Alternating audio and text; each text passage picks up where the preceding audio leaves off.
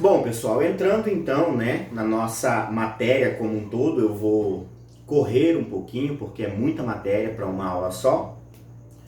Mas nós vamos começar falando, primeiro de tudo, a respeito do conceito de direito empresarial, tá? Para muitos conhecido também como direito comercial, tá? Direito empresarial ou direito empresarial, segundo o conceito do nosso doutrinador utilizado aqui, o Edilson Enedino das Chagas, trata-se de um ramo do direito que cuida da atividade econômica organizada. E essa atividade econômica organizada é a atividade econômica presente no cotidiano, dos cidadãos brasileiros, trazendo aí especificamente sob esfera nacional. Direito empresarial sob égide brasileira, sob égide nacional. Dentro disso, então, nós entendemos, nós temos que o direito empresarial é justamente esse ramo do direito que trata, que regulamenta, que protege ou que direciona todas as atividades econômicas organizadas presentes na vida do cotidiano, tá? Dentro disso, nós podemos fazer algumas observações. Vamos tratar, por exemplo, do direito obrigacional. O direito obrigacional é fruto da evolução do direito civil, é fruto da evolução do direito empresarial, ou direito comercial, e do direito constitucional também, subdividindo-se aí em muitos outros, e aí a gente tem, por exemplo, ramificação também do direito do consumidor, e aí vai. Mas, por exemplo, dentro do direito obrigacional, nós falamos que as relações obrigacionais, elas advêm dessa evolução social e dessa evolução do desenvolvimento tecnológico e econômico. Hoje nós temos muitas relações a níveis de bilhões por dia. Isso tudo graças à globalização, ao desenvolvimento econômico, enfim. O direito empresarial segue a mesma máxima. Hoje nós vemos aí a manifestação de uma onda, de direito empresarial cibernético ou de direito empresarial virtual. Muitos doutrinadores começaram a estudar isso e começaram a pensar sobre isso, sobre o direito empresarial no ambiente virtual, o direito empresarial advindo das relações de internet, das relações negociais. E a gente vê nascendo inúmeras figuras distintas, até agora não conhecidas por nós, nem pelos operadores de direito, nem pela sociedade civil como um todo, que surgiram recentemente. No meu mestrado, que é justamente em Direito Empresarial, nós temos visto e falado muito a respeito das novas formas de manifestação empresarial que utilizam, por exemplo, como principal fonte de impulsionamento ou desenvolvimento das suas atividades, o ambiente virtual. E aí nós estamos falando especificamente das startups. Startups que são justamente esse tipo de empresa que utiliza os meios virtuais, os mecanismos de internet, a rede mundial de computadores como um todo, para impulsionar e desenvolver aí as suas atividades econômicas. E nós vemos as fintechs também surgindo com muita força, com muito afinco, que são justamente essas empresas que vão atuar principalmente no mercado incorpóreo, que vão atuar no mercado virtual. Como fintechs, aí nós temos inúmeras no Brasil e no mundo, empresas que atuam no mercado virtual, que têm o mercado virtual como sua base solidificada e que a partir dali expandem os seus negócios, empresas que surgiram há muito pouco tempo e que vêm com muita força alcançando e posicionando-se no mercado como um todo. Então, assim, vale para nós uma grande reflexão. O que é o futuro do direito empresarial? Qual é o futuro do direito empresarial? Esse questionamento não está na nossa ementa, porque é um questionamento novo, Até pouco tempo nós tínhamos o filme para foto, até pouco tempo nós tínhamos o celularzão, até pouco tempo nós tínhamos a televisão. Hoje ainda tem a televisão, mas quem mais liga uma televisão para assistir um filme no dia a dia? Muito difícil. Você assiste no computador, no tablet. Eu, sinceramente, Luiz, minhas TV aqui de casa praticamente uso muito pouco. quando vem uma visita, quando é um momento especial. Por quê? Porque hoje está tudo muito mais fácil. Eu estou no celular aqui, ó, e eu estou vendo, eu estou assistindo, tá tudo muito interligado. Antigamente, para mim ver um vídeo, eu tinha que entrar no YouTube. Agora não, no meu Facebook está passando vídeo, está passando isso, está passando aquilo. No meu Instagram também, enfim, e aí vai. Mas voltando para as empresas, essa é a palavra, né? Esse é o futuro, esse é o modelo que já é real, mas que está muito posto, muito próximo. Dentro disso, eu trago para os senhores a sugestão de leitura de um artigo que eu escrevi para a revista argentina, a revista Irrota, que aborda justamente as fintechs, né, nos mercados financeiros brasileiro e argentino. Ele está em espanhol, mas é de fácil compreensão. Eu vou subir para vocês o link. Na verdade, o link já está lá no meu... O link desse artigo já está lá no meu plano de ensino, mas eu vou mandar também na matéria para vocês lerem, que trata justamente disso, desse novo momento do direito empresarial. Trata-se dessa evolução. Antigamente, para um banco abrir a sua sede, ele ia lá, comprava um terreno, construía um prédio, ele consolidava, ele conquistava o público da cidade, ele abria, né, ia abrindo várias sedes em vários lugares, contratando pessoas, gerando, movimentando. Hoje em dia não é mais assim. A exemplo, nós temos aí a Fintech, né, Nubank, que é um banco virtual que não tem sede. Quero ir lá no caixa eletrônico da Nubank, você não vai achar. Quero ir lá na agência da Nubank reclamar com o gerente, você não vai achar. Por quê? Porque é um banco virtual. Aqui na nossa região não tem. Pode ter uma ou outra sede, mas aqui na nossa região não tem. 100% virtual, que já alcançou o mundo. Inclusive nesse artigo meu eu falo desse banco, né, da Nubank, e de tantos outros no mundo inteiro. Então é muito interessante, vale a pena você ler. Eu vou subir para você. Mas o que eu quero dizer com isso é que a evolução do direito, o direito ele é dinâmico, ele é expansível, eu sempre falo isso, né? Ele caminha junto com a evolução social. E as normas são estáticas. Então, no meu código comercial, eu não tenho regulamentação, por exemplo, para uma startup ou para uma fintech. Eu não tenho normas de conduta de blockchains aqui no meu código. Por quê? Porque isso não existe dentro ainda da minha norma. Mas isso vai precisar ser regulamentado muito logo. Né? Daqui a pouco a gente vai ter um código que vai regulamentar o direito civil na internet, nós vamos ter um código que vai regulamentar o direito penal na internet, ou dentro do Código Civil e do Código Penal teremos leis, teremos artigos, né, que serão acrescentados, enfim, isso é a evolução do direito. E o direito empresarial não ficaria fora dessa evolução, para nossa alegria, né? Bom, então eu falei tudo isso, né, para demonstrar para vocês que hoje nós vivemos esse momento pós-moderno, né? Lá no direito constitucional contemporâneo, matéria que eu amo, eu falava sobre isso para você, né? Do pós-positivismo da norma e da sentença, que é justamente esse momento em que se vai além da norma posta, né? O direito está além da norma posta, né? Eu tenho aqui uma regulamentação, mas a sociedade já evoluiu tanto que as coisas que estão além, né, da norma posta, da lei, exigem do intérprete, do julgador, um posicionamento para que ele dê uma resposta à sociedade naquela demanda. Então, eu não tenho, por exemplo, uma norma que regulamenta a minha situação especificamente com relação ao banco Nubank, que é uma fintech, um banco virtual, mas eu vou aplicar de forma subsidiária o direito civil, o direito bancário, beleza? Mas isso demonstra que sempre os códigos vão correr atrás do direito, né? Primeiro você tem a situação, primeiro a sociedade evolui, depois surgem os problemas ou as demandas de direito, para depois elas serem regulamentadas, votadas, aprovadas ou não. Olha aí quantos casos que nós temos de normas que ainda não foram aprovadas, né? Aborto, a união homoafetiva demorou séculos para sair, o aborto, enfim, não estou favorável nem contra, tá, gente?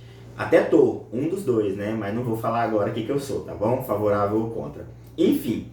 E dentro do direito empresarial, vocês vão ver na matéria que eu mandei, na evolução histórica do direito empresarial, que o direito empresarial ele também passou por essa evolução como os demais ramos do direito, né? O Carlos Chagas ele traz aqui algumas fases dessa evolução, né? Começando lá pela fase primitiva na antiguidade, né? Que se desenvolveu à medida que as relações sociais começaram a se formar e a se desenvolver. Naquele primeiro momento em que a sociedade, que as pessoas começaram a se organizar como sociedade e começaram a trocar ali as coisas entre si, começou a surgir então uma relação comercial, né? E a esse momento a doutrina denomina como fase primitiva da antiguidade. Caminhando um pouquinho mais, a doutrina classifica uma nova fase. Agora nós já chegamos na fase primitiva da Idade Média. E essa fase primitiva da Idade Média, ela é marcada por uma característica principal: a evolução do comércio marítimo. Não sei se vocês se lembram, né? Se vocês já viram aí nos seriados, enfim, mas há um período em que quem possuía a maior frota naval era a potência econômica da época, né? Há um período em que media-se o poderio bélico e econômico através justamente da sua frota marítima. Quem dominava as Índias com as especiarias que eram tidas à época, né, como principais matérias aí de valor econômico alto, enfim, o transporte de madeira, o transporte de tecido, o transporte de seda, o principal meio de comunicação que representava a evolução dessa Idade Média é justamente o formato marítimo, tá? Então, isso fez com que surgissem grandes potências, principalmente na Itália, né? Grandes potências que foram surgindo ao longo das costas marítimas, né? Cidades costaneiras, cidades próximas ao mar, que foram sendo transformadas como grandes portos e polos aí para a utilização do direito comercial. Nesse lugar começou a surgir bastante, tá? Caminhando um pouquinho mais, a gente chega aí na fase subjetiva ou antiguidade. Nós começamos na primitiva, que era a idade na fase antiga, né? Depois a Idade Média e agora a fase subjetiva. Nessa fase subjetiva surgem aí as corporações de ofício, que é a principal característica da fase subjetiva. Corporações de ofício como organizações específicas para as quais haviam regulamentações protecionistas, ou seja, é como se houvesse entre aspas aí, porque não era tão moderno assim, mas é como se houvesse um código de condutas específico para as corporações de ofício. É como se houvesse uma proteção destinada especificamente às corporações de ofício. Todavia, essas corporações de ofício, elas possuíam a característica principal, né, da pessoalidade. Inclusive, vendo aí, né, as famílias que dominavam os grandes portos ou as grandes fragatas, as grandes embarcações, enfim. Então a principal característica da fase subjetiva da antiguidade aí é as corporações de ofício. Caminhando um pouco mais, é como se houvesse um start aí no direito objetivo, né, na positivação do direito, e surgiu aí a fase objetiva, tá? Que é a teoria dos atos de comércio. Agora, a regulamentação do direito empresarial passa-se aos atos de comércio especificamente, tá? E essa fase ela foi marcada aí pela Revolução Francesa e pelo período de domínio do Império Napoleônico, tá bom? E nesse momento, o principal objetivo do direito empresarial era aplicar essa proteção aos atos e não àquelas pessoas especificamente, tá? Então, os atos específicos, por isso a fase é denominada como fase objetiva, teoria dos atos de comércio, né? A regulamentação, a proteção destinava-se especificamente aos atos de comércio, tá? Depois, nós chegamos aí à fase moderna, né, ou empresarial, que é a teoria da empresa, que é da qual nós temos hoje o nosso direito empresarial positivado contemporâneo, atual, tá? A fase moderna ou empresarial, a teoria da empresa, ela tem como start principal aí o Codice Civile, de 1942. O Codice Civile, ou Código Civil, é italiano, né? Criado na Itália e que traz como primeira norma internacional de regulamentação de direito empresarial, abordando aí e trazendo regulamentações específicas para os ramos de direito empresarial de forma distinta do que se tinha até agora, distinta dos atos de comércio, né, distinto das corporações de ofício, trazendo uma nova leitura, né, uma forma diferenciada para a abordagem aí do direito empresarial, tá? Dentro aí, né, dessa fase da teoria da empresa, nós temos como principal figura o italiano Aschini, tá? E Aschini, ele propõe uma evolução em relação à tutela, né, ou à jurisdição de proteção do direito empresarial, tirando esse direito empresarial da pessoa e passando para o objeto. Aqui, né, para Aschini, você vai entender melhor lendo o material que eu te mandei, mas para Aschini o principal aqui era a empresa e não o empresário, porque o empresário poderia morrer, mas a empresa poderia continuar. Então agora o direito empresarial, ele volta os seus olhos, né, para o objeto em si, que é a empresa, e não especificamente para a pessoa, como nós tínhamos lá na teoria de comércio, tá? Na teoria das corporações de ofício, por exemplo, a gente via, não sei se você já assistiu, mas tem um seriado que mostra bastante isso, que é Carnival Room. Carnival Room mostra uma família que era dona de uma companhia de navios que fazia esse comércio, né, para vários lugares do mundo, que perdeu tudo depois da morte do pai. E uma das protagonistas dessa família se apaixona por um clã, né, por uma pessoa de um outro clã lá, e isso era proibido, enfim. Mas o que eu quero demonstrar para vocês é a existência das famílias, né, que possuíam esse controle a respeito dessa movimentação empresarial que era baseada justamente na atividade marítima, tá? Nos atos de comércio,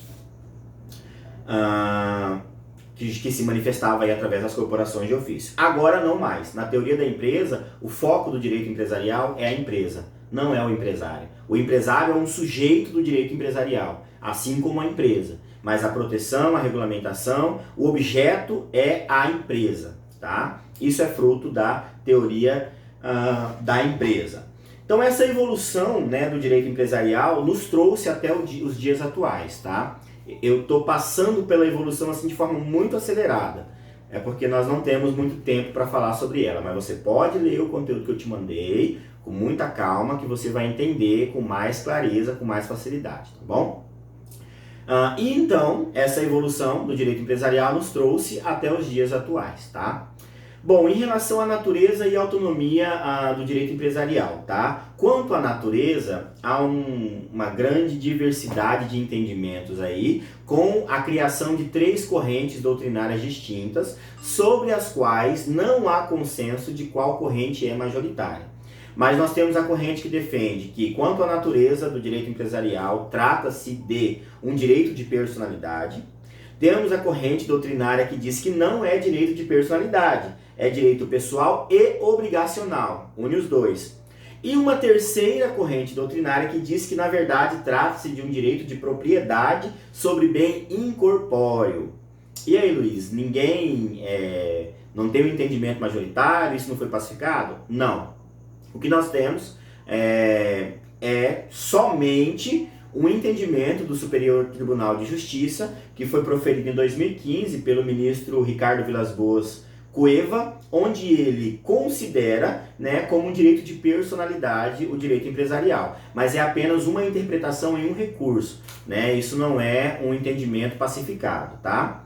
Quanto a isso, nós podemos ver os mais distintos doutrinadores se posicionando conforme eu coloquei numa tabela aí para vocês, salvo engano, na página 6 da matéria que eu mandei, tá bom? E aí nós temos, por exemplo, Ponte de Miranda, Gladson Mamed e Arnaldo Rizardo se posicionando como um direito de personalidade, que foi inclusive a mesma teoria utilizada, né, pelo ministro Ricardo Vilas Boas no julgamento desse recurso. Nós temos também aí Ricardo de Carvalho de Mendonça e Ricardo Negrão se posicionando como um direito de personalidade ou um direito obrigacional. E ainda temos João da Gama e Spencer Van Press se posicionando como um direito de propriedade sobre bem incorpóreo.